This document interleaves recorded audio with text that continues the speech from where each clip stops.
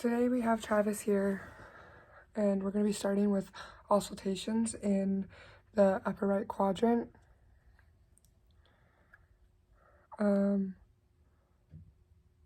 Over here, I can hear breathing from his left lung, a little bit of gurgling from portions of his small and large intestines, maybe because he just ate. Moving over to the middle, I can hear his aorta pumping.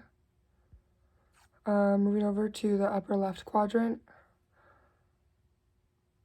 I can hear breathing sounds from his lungs.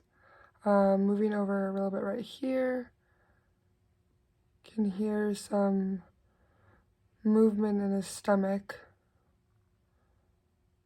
and in the portion of his small and large intestines. And then moving down to the lower left, right over here, I could hear his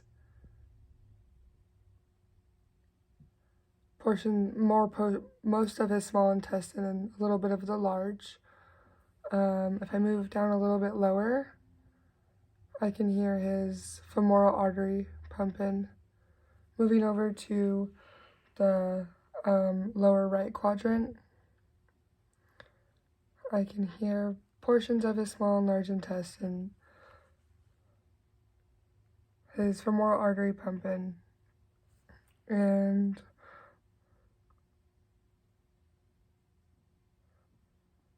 picking up small sounds of his iliac artery. Moving on to palpations, starting in the upper left quadrant, I can feel the right liver lobe, portions of small and large intestine. He also has his gallbladder, his right kidney, and his right lung on this side, in this quadrant. Moving over to upper left, I can feel a portion of his left liver lobe. We have his stomach right here, portions of small and large intestine,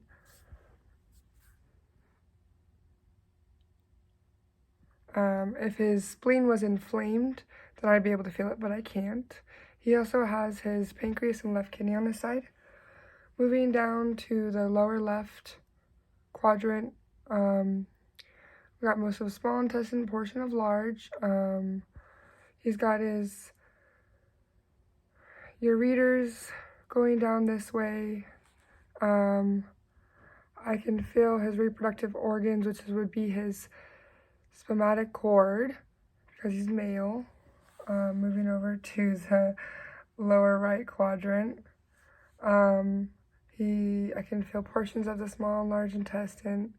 If his appendix was inflamed, I'd be able to palpate it, but I can't feel it.